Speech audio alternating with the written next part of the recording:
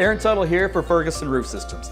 For 43 years, Ferguson Roof Systems has been protecting Oklahoma's homes and businesses with quality roofing services. Their goal was to be the most honest and dependable roofing company in the state, all while providing free services such as lifetime labor warranty and annual inspections. Well, mission accomplished with thousands of client testimonials, an A+ Better Business Bureau rating, and a 5-star rating on Google.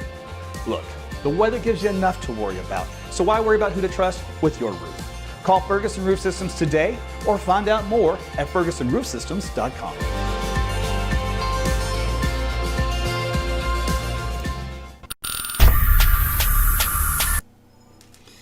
Hey there, Meteorologist Aaron Tuttle with you again. It is a Thursday, the 7th of January, 2021. It's been a wild ride the last 24 to 36 hours, 48 hours really. So I didn't get on live last night. It was too much drama going on out there, as you can imagine. So we skipped last night, but we're here today, and we're going to bring you up to date on the latest weather. So I'm glad you joined me. We've got some snow to talk about, and it's not going to be just here in Oklahoma. It's going to be down into Texas as well. So I'm going to show you where that's at. And we're going to talk about the track of the storm system, how much snow we're talking about, if it's going to be a little or a lot, all that jazz. So once again on YouTube, TV and Harley in the house. Becca's in the house. Jim as always. He's also on ham radio. He double duties.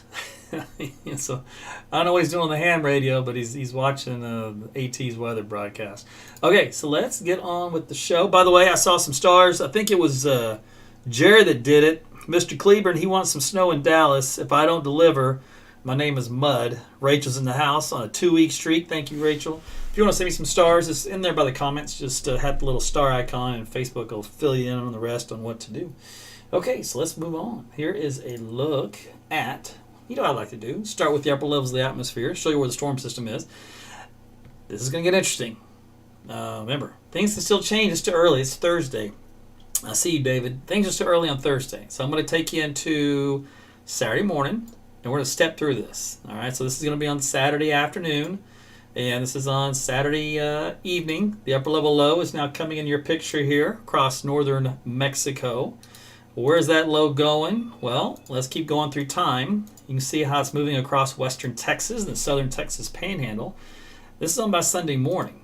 Now, by Sunday at lunchtime, the low is here. Now, prior models had the low down here.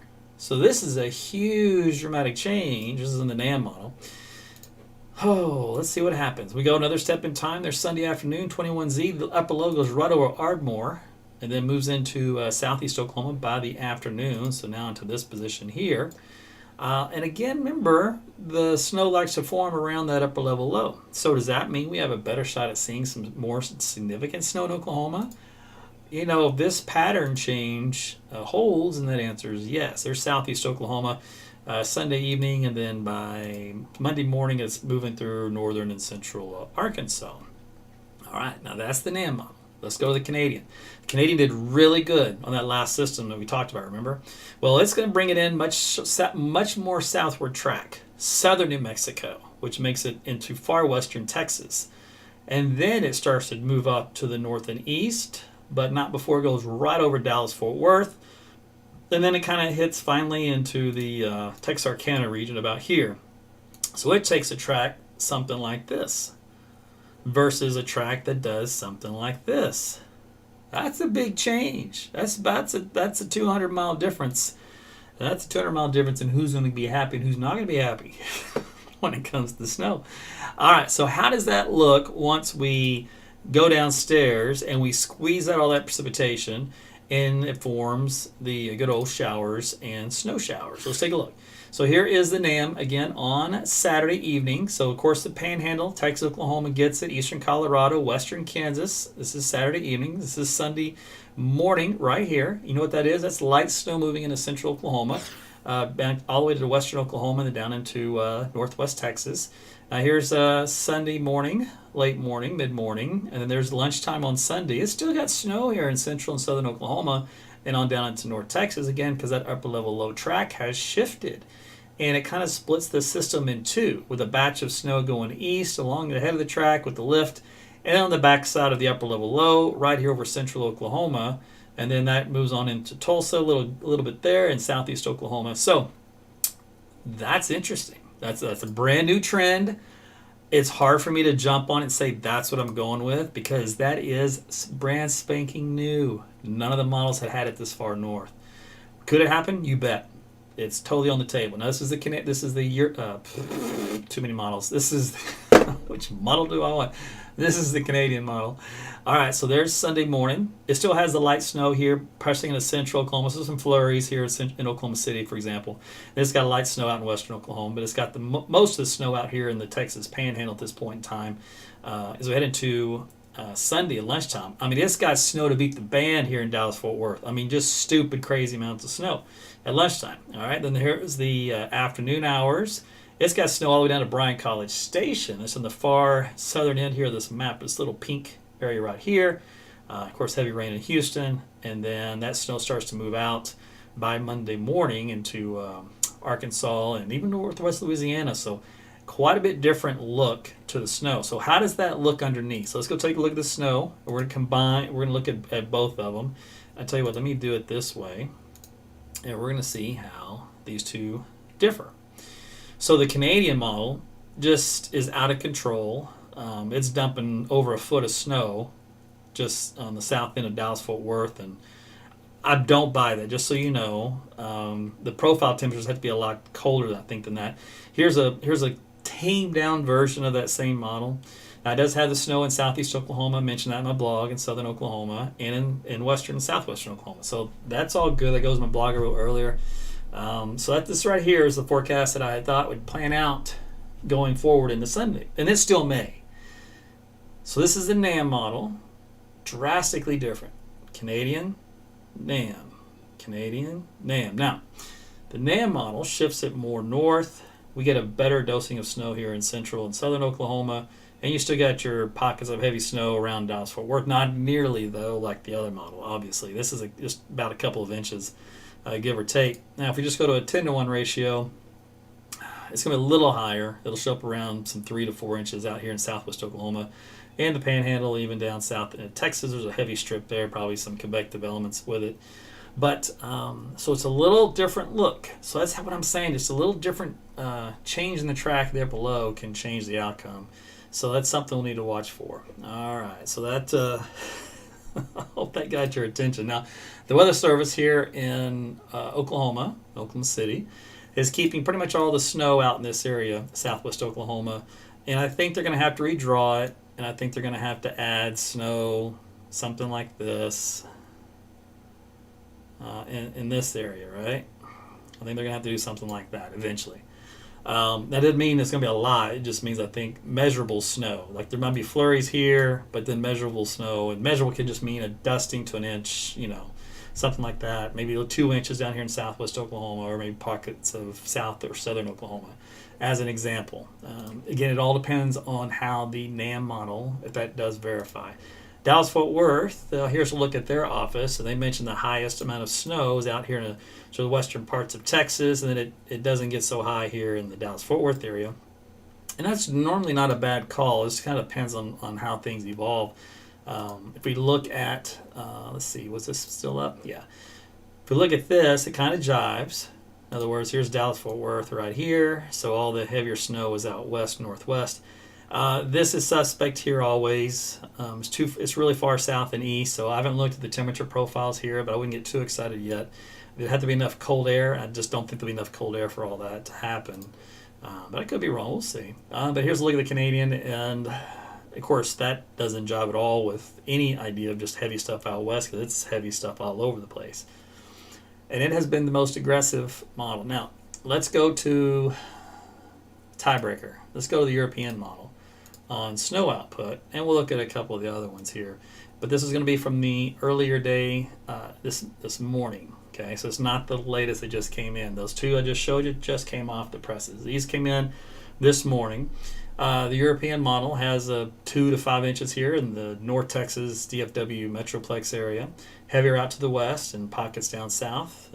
Not bad. Then this kind of goes with the prior Outlook of the forecast, southeast Oklahoma, southwest Oklahoma, a little dusting of snow here in central Oklahoma. I actually like this look, believe it or not.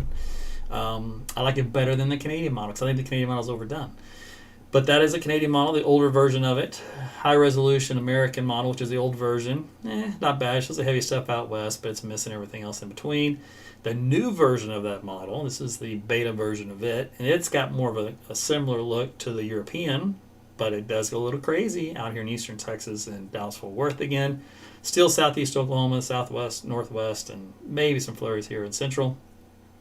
Then we got the UK Met, which actually did pretty good, at least on a couple of runs for our big snow event not long ago. It's got mounts tapered down quite a bit, but the same track. So the take home, just so I want you to know, the take home is this. So I'm going to draw this to something like this. And then we're going to draw it from about here to right about Bryan College Station, points east. This is your snow zone. This is the take home. So regardless of which model nudges things back and forth, this is where it's going to snow in this corridor. And then of course you got higher amounts in the middle of it with lighter amounts on either end of it. So right now, that's the best data and the best look. We look at some of the ensembles as kind of a forecast look as to how much of a differentiation it can be if you nudge the model different directions. I've got Dallas pulled up here, and this little black line represents about 3 inches of snow, 2.5, 3 inches of snow in this area. So just an ensemble model blend is going Dallas-Fort Worth about 3 inches of snow. Now some of its members are up here on 8, 9 inches. So again, it's not like that's crazy talk. It's on the table. The SRF for Dallas-Fort Worth, its average is about 5 inches, but it's got members up around a foot. Again, it's on the table. Hard to believe, I know. Now I look at some of the other ensembles that we have for different models in general. I believe I have this for DFW. I do. It's all over the place. There's not enough rhyme or reason here. It's an average of an inch with several outliers up to about 5 inches and just one around 8. So quite a bit different the look to it than the others. Temperature wise, here in Oklahoma City, we're going to be in the cold state here for a while. So we've got low 40s next couple of days. Again, cloudy, increasing quite a bit on Saturday. Some light snow probably in central and western Oklahoma by the evening overnight period into Sunday morning. We'll be down to the low 30s or right around 30, upper 20s into Monday morning. Of course, Sunday depends on how the track of the low goes and how much snow does end up coming into central Oklahoma. We'll never hit 38 if that's the case. If it stays a little bit more south and the clouds thin out just a hair, we could probably hit the upper 30s, but that may be in question. And then on Monday, it kind of depends on how much snow fell. On Sunday, blah, blah, blah. But then we'll warm things up a little bit as we head into the middle part of next week. And then temperatures after that, longer models are having a tough time because the pattern's wanting to flip. And sometimes it just flips like a switch, and then it just gets cold. So the preliminary indications are it's going to get cold. The individual models haven't caught up to that idea yet, but we're going to see how that pans out down the road. So there you have it. All right. So that is your weather update in a nutshell. Just hit the highlights for you. If you like my any specific information, you can get my weather app, AT's Weather to Go. It'll have it for your neck of the woods with all the stuff you crave all day long and all night. Your high, your low, hour by hour, your wind direction and wind speed hour by hour, all that kind of stuff. It's on Apple and Google Play, AT's Weather to Go. Okay, so let's take a look. By the way, if you got friends in North Texas, be sure to tell them to check out this video because we're going to finish it here and they can watch the replay. All right, if you have any quick questions, shoot it my way. Courtney on YouTube, Durant is finally going to get some snow. Yes, I believe you're going to get a little snow in Durant. Don't get too crazy right now, but I think you might just get a little bit. Remember, it's still early to be talking about snow totals anyway. I'm just showing you what's out there in the model data that we're working with.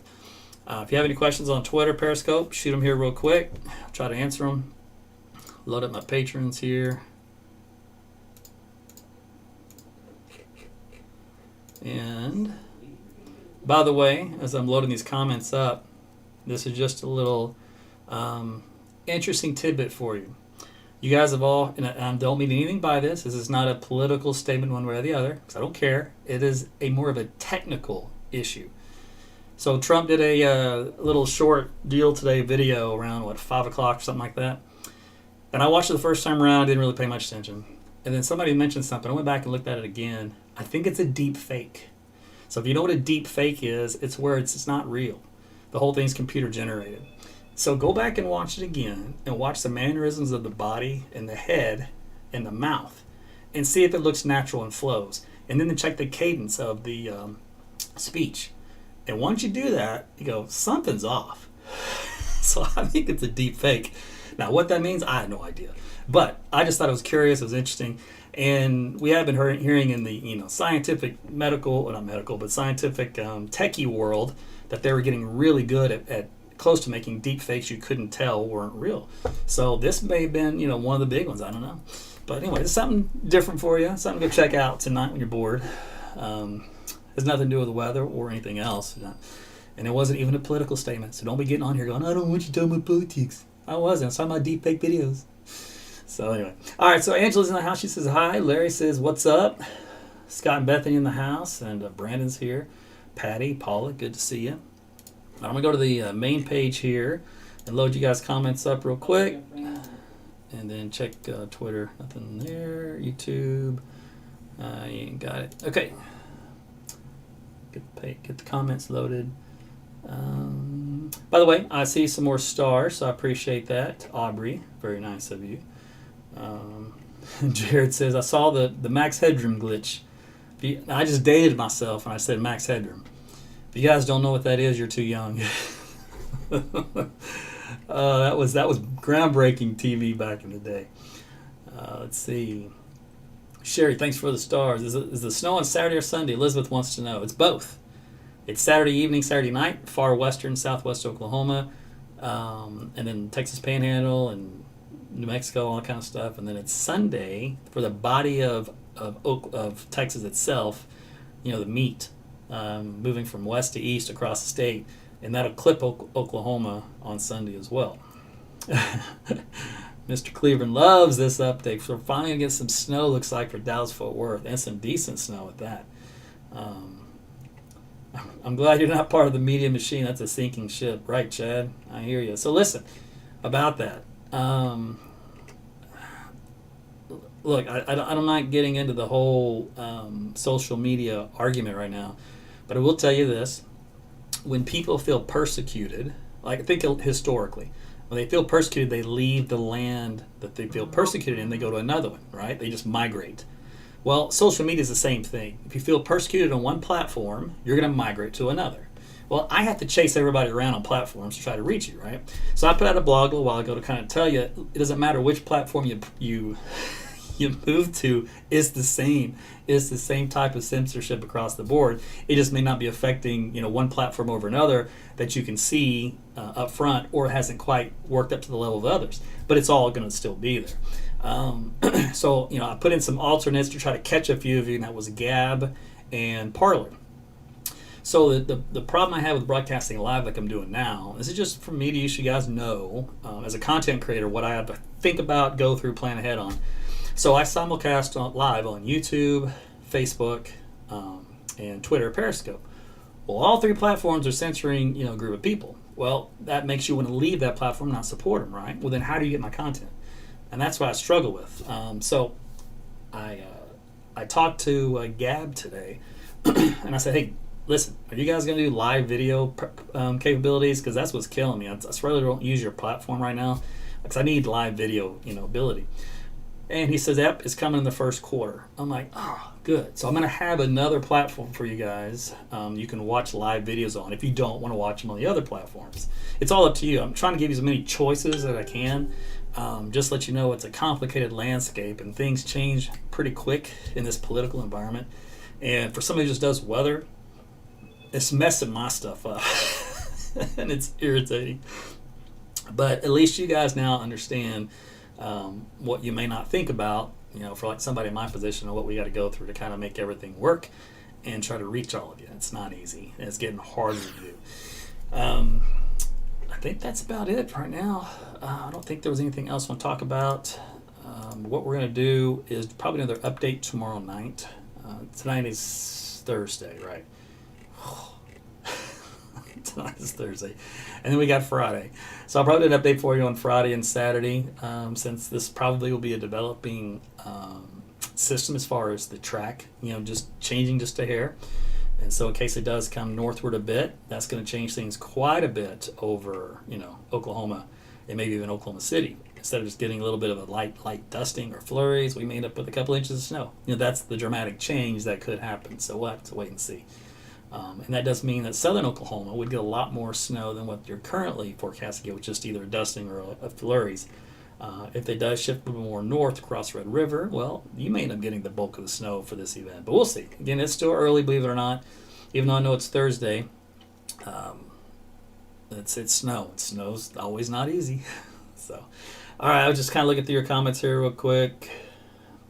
Chris said it's pretty sure it was just snowing just now. It was raining in Edmond. So we've got a lot of moisture out there. In case you didn't notice today, it was kind of, not only is it cold, it's 37 degrees outside right now, but it's very humid, right? So there's a lot of moisture in the air.